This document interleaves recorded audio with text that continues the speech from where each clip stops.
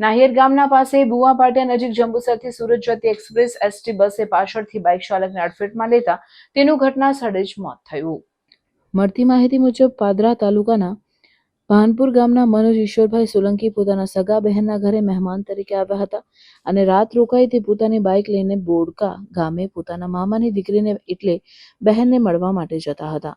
ત્યારે નાહિર ગામના બુવા પાટિયા પાસે જંબુસરથી સુરત જતી એક્સપ્રેસ બસના ચાલકે પાછળથી બાઇકને ટક્કર મારતા બાઇક ચાલક મનોજ સોલંકીને માથાના ભાગે ગંભીર ઈજાઓ થતા તેનું ઘટના સ્થળે જ મોત થયું હતું. નેશનલ હાઈવે નંબર 64 ઉપર અકસ્માત થતા આમોદ પોલીસ ઘટના સ્થળે પહોંચી હતી.